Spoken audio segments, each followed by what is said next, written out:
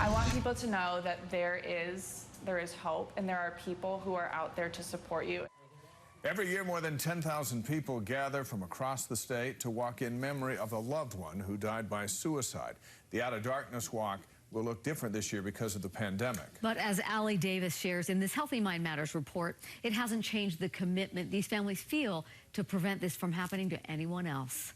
She taught me little things like how to cut an onion and, do small things like that. Even life's simplest tasks remind Jane Smith of her dear mom, Francie. She always had home-cooked meals for dinner every day. She was bold, she was opinionated, she was just a blast, and she was extremely extroverted. And yet she also suffered from bipolar disorder and multiple sclerosis. I didn't have a name for what she was going through or what she was experiencing. 6 years ago, on Labor Day weekend, Francie died by suicide when she was 42 years old.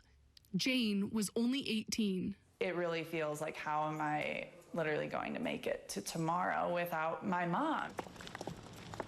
It's a deep loss Jane doesn't want any other family to experience.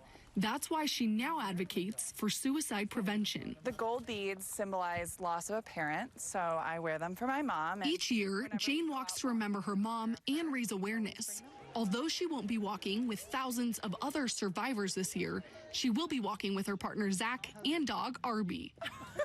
Families will be walking separately all over the state and sharing their journey on social media. Yeah, it's going to look very different. Taryn Hyatt with the American Foundation of Suicide Prevention says it can still be a meaningful experience. I think that's what makes it more special this year, is they're really able to dedicate their time and energy to their own personal struggle or journey. She urges people to reach out to those who may be struggling. We're supposed to be physically distant, but not socially. We can still have that connection. It may look different this year, but Jane will further her efforts. I want people to know that there is hope, and there are people who are out there to support you, and there are resources that are out there. And carry on her mom's legacy. At the end of the day, she is who has made me me, and I think about her every single day. For Healthy Mind Matters, Allie Davis, KSL 5 News.